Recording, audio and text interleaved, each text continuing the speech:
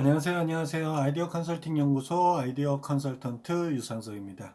오늘 아이디어 365 시간에 진행할 아이디어 소스에 대해서 이야기를 해드릴 건데요. 오늘 진행할 아이디어 소스는 사람을 따라다니는 폭스바겐의 자율주행 유모차입니다. 예, 자율주행 유모차, 폭스바겐. 자동차 회사죠. 글로벌한. 한때 우리나라에도 문제가 있었던 어떤 폭스바겐의 연비 문제, 이런 것을 속여갖고 진짜 100년이 넘는 굉장한 전통을 가지고 있는 폭스바겐이 진짜 치명타를 입기도 했고, 지금도 그 여파가 아직도 있을 거라는 생각이 들어요. 그런 것처럼 폭스바겐에 대한 이미지가 나아지기를 바라겠지만, 저도 개인적으로 좋아하는 브랜드인데 계속 이렇게 뭐 누구를 속인다 그러면 저도 좋아할 수는 없겠죠. 그런데 구글에서 자율주행 차를 만들지 않습니까? 그리고 전 자동차 회사들, 폭스바겐 포함해서 모든 회사가 자율주행 차를 만들고, 앞으로는 이제 자율주행 모드의 차들이, 화물차를 기반으로 해서 무인 자동차들이 활성화되는 시대가 나오겠죠. 네. 그렇게 나오면서 이제 운전하는 시대가 아니라 그냥 단순하게 차를 이용하는 시대가 돼 있어서, 어떻게 보면 자율주행차와 운전하는 차의 어떤 중간적인 공백 시대를 지금 우리가 살고 있지 않나 하는 생각이 들어요. 그런데 폭스바겐에서는 자율주행 유모차를 만들었네요. 아이디어 공모전에서 나왔던 이 부분인 것 같은데, 그 자율주행 그 유모차를 만들기 위해서는 네티즌 아이디어를 모았던 그떤 어떤 공모전 때 자동 브레이크 유모차라는 어떤 모티브를 가지고 만들었대요.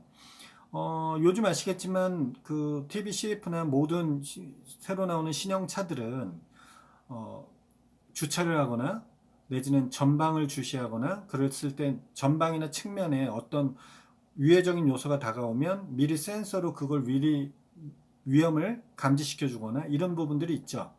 예를 들어 후방으로 만약에 하면 후방 카메라도 있지만 센서가 장착이 돼 있어서 목적물하고 부닥칠 때가 되면 부점을 계속 알려준다든지, 전방으로 갈 때도 마찬가지가 있듯이 폭스바겐에서 만든 전방의 감지 센서, 전방 감지 센서를 이용해서 이 자율 유모차를 만들었어요.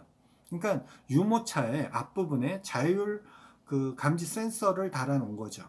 자율 감지 센서를 달았고, 부모가 앞에 이렇게 걸어가고 있으면 유모차가 뒤에서 졸졸졸졸 줄도 없는데 쫓아오는 거예요. 예, 당연히 브레이크 장치도 돼 있고요. 그 다음에 센서가 달려 있으니까 그 센서로 인해서 어떤 불특정하게 훅 튀어나오거나 그러면 정지한다거나 이런 위험 요소들도 있는 겁니다. 아직 이것을 시판하는 단계는 아니고요. 프로토타입인데, 이 유모차 한 대 가격이 골프 가격 정도라고 그러니까 전 이해가 안 되더라고요. 여기에 감지 센서 하나 걸고, 그 다음에 브레이크 패드, 그 다음에 그거에 대해서 동력을 했을 텐데 골프 한 대 가격이라고 한다니까, 그게 왜 그렇게 되는지는 모르겠지만 어쨌든 현재는 그렇대요. 많이 발전했을 것 같은데 아직 시판을 하거나 그러진 않습니다. BMW 자전거 보셨죠? BMW 오토바이도 있고요. 자동차를 만드는 회사에서 자전거나 오토바이를 만들어요. 그런 측면에서 보면 뭐 불필요한 것 같아 보이지만, 폭스바겐에서 유모차를 만드는 것도 나쁘다는 생각은 안 됩니다. 다만 이것이 아직까지는 단가가 굉장히 높기 때문에 일반 사람들이 사용할 수 있는 그런 부분은 아니고, 어느 정도 좀 돈도 좀 벌고 하는 어떤 상류층 사람들이 선호할 수 있는 부분인 것 같은데요. 재밌는 발상인 것 같다라는 생각이 들어요.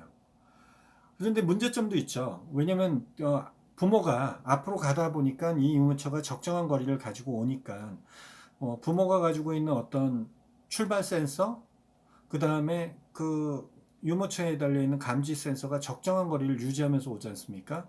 그러다 보니까 부모 입장에서는 궁금하니까 자꾸만 뒤로 보겠죠? 이런 과정 중에 발생할 수 있는 여러 가지. 그 다음에 측면이나 후면 등에서 오는 부분에 대해서는 어떻게 할 것이냐라는 위험 요소. 이런 부분들이 발생을 하겠죠. 편리하고 신기한 부분은 있어도 상용화되는 부분에 대해서는 여러 가지 요소를 충족시켜야 되지 않을까. 그 중에 제일 대표적인 것이 이런 프로토타입 같은 경우에는 시판됐을 때 시판가, 이것이 얼마나 대중화되느냐에 따라서 달라지겠죠. 음, 예전에 그 드론웨이 같은 경우에는 액션 캠 드론 중에 그런 게 있습니다.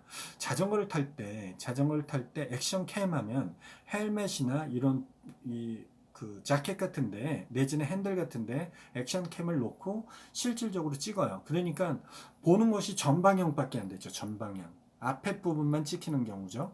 그런데 좀 더 다이나믹하게 찍으려면 캠이 하늘에서 떠서, 그러니까 액션 캠을 가지고 있는 드론이 하늘에 떠서 나를 찍어서 오면 어떨까라고 하면 어떤 문제가 발생하죠? 내가 고속으로 이동을 하고 있으니까 액션 캠도 그 속도를 따라서 일정한 거리를 유지하면서 나를 찍어야 되는 그런 부분들이 생기겠죠. 그래서 실제로 2018년도인가 17년도에 크라우드 펀딩 킥스타터 사이트에 그런 액션 캠의 그 크라우드 펀딩을 진행하는 것들이 있었습니다. 그게 펀딩의 캠페인에 성공을 했는지에 대한 여부는 모르겠지만 그런 부분이 있었어요. 그런 부분들이 드론에서도 나타나는 것처럼 유모차를 이렇게 자율주행 모드로 만든다? 완벽한 자율주행 모드는 아니죠. 지금 구글에서 만들고 있는 자율주행 카와는 좀 다른 부분인데, 유모차가 이런 자율주행 모드 환경을 가진다. 이것이 일단은 뭔가의 변화적 요소가 아닌가 하는 생각을 가져보는 거죠. 지금의 유모차는 거의 일차원적이지 않습니까? 고가인 유모차들은 뭐 예를 들어서 자전거가 그랬던 것처럼 스틸의 어떤 바디 형태를 탄소 섬유의 바디 형태로 가져가면서 가볍게 만든다거나 이런 고강도를 유지하게 한다거나 이런 부분들로 하면서 고가로 형성이 됐죠. 당연히 이 유모차도 탄소 바디를 만드는, 몸체를 만드는 그런 거로 했을 때는 고가로 형성이 돼 있을 겁니다. 탄소 아주 고 밀도, 무슨 그러니까 가벼우면서 강한 알루미늄, 이것으로 이제 바디를 형성한 것들이 비싸게 많이 판매가 됐었죠. 대구도 있고요, 지금 현재. 그런데 모든 형태가 어떻게 되어 있습니까? 디자인적 요소는 바뀌었지만, 결론은 핸들을 내가 들고 밀고 다니면서 가야 되는 게 전형적이죠. 근데 이 발상에서 지금 폭스바겐에서 만든 이 자율주행 모드 유모차 같은 경우에는 무선으로 이루어졌다는 게 일단 발상의 전환이죠. 그렇죠? 언젠가는 이런 불안적인 요소, 측면이나 후면에서 충돌할 수 있는 거, 내지는 부모가 자꾸만 뒤를 돌아보는 현상에 대한 거, 이런 것들을 해결할 수만 있다면, 대응할 수 있는 뭔가 기술적인 기반과 아이디어들이 나온다면, 언젠가는 우리가 다른 일을 하면서 유모차를 볼 수 있는 일이 될 수도 있고, 이런 환경적인 것을 뭔가 좀 더 바꿔본다 그러면 다양하게 이루어질 수 있는 요소들이 파생될 것 같다는 생각이 안 드십니까? 저는 이런 점들이 너무 재밌는데요. 기술을 꼭 만들어낸다라는 측면을 떠나서 이런 것이 이렇게 시도가 됐다면 내가 이렇게 발상을 바꿔보면 또 이런 것도 될 수 있겠는데, 이런 생각이 자꾸만 나오니까 내가 그걸 꼭 개발해내지 않는다고 해도, 그리고 또 개발을 하지 않아도 제가 그걸 해야 되겠다라는 생각이 들면 그거에 대해서 다른 파생된 것을 특허적 요소로 만들어서, 실용주산이나 특허적 요소로 만들어서 지적재산권을 미리 출원해 놓는다면 그것이 나한테 어떤 기회의 장이 될 수 있는 부분도 있어요. 꼭 만들어지는 것을 꼭 형태적으로 만들 수 있는 것만 특허가 된다, 이런 것은 아니거든요. 아직 만들어지지 않은 것도 특허가 될 수 있는 부분이 있기 때문에 이런 아이디어 소스를 얼마나 많이 접하느냐에 따라서 다양한 생각들이 파생적으로 많이 나타날 수 있는 부분인 것 같아요. 어, 차를 만들어내는 그런 지금 현대적인 지금 나오는 출시되는 차들한테 있는 감지 센서, 왜 차간 거리를 유지하기 위해서 앞에 감시 센서가 있잖아요. 그래서 차가 일정 부분에 가까우면 경보음을 주잖아요. 내지는 경보음에 따른 자율주행 모드로 변환이 돼서 일반 운전자가 브레이크를 밟지는 않아도 자율적으로 브레이크 현상을 만들어서 차량 거리를 일정간에 유지를 시키는 것들. 이거는 당연히 그런 어떤 초보 운전자들이나 고속 주행에 능하지 못한 분들한테는 당연히 필요한 기능들이 아니겠습니까? 이게 기술이 커버를 해주는 거잖아요. 자율주행 모드의 이 유모차도 어떤 사람한테는 그거 불안해서 못해, 못 쓰는 거죠, 그건. 그렇죠? 우리가 하늘을 날고 싶다 그래서 전부 패러글라이딩을 하는 건 아니잖아요. 그렇죠?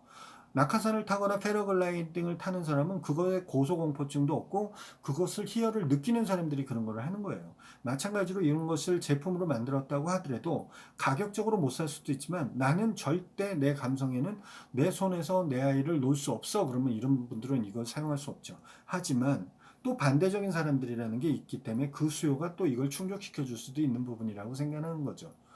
꼭 그게 모든 사람들의 호불호를 다 충족시켜 줄 수 있다? 그런 거는 없죠.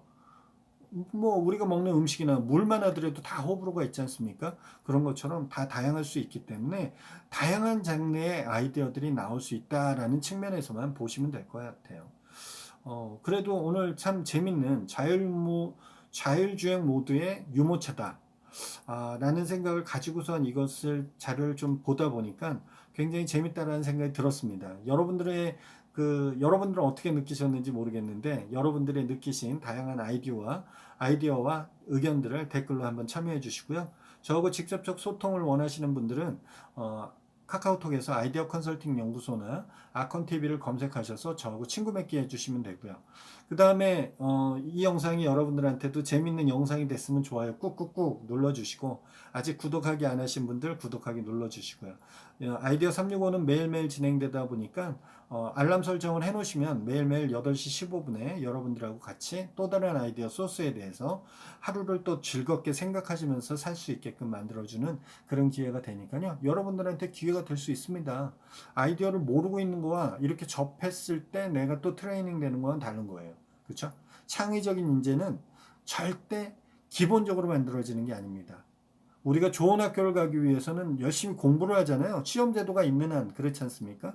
창의적인 인간은 결론적으로는 자꾸만 다양한 사고를 해보지 않으면 창의적 인간으로 바뀌지 않습니다. 저는 그렇게 믿는 사람이에요. 그래서 저는 그렇게 생각하고 저는 창의적인 인재라고 생각을 합니다. 나이를 먹어가서 문제죠.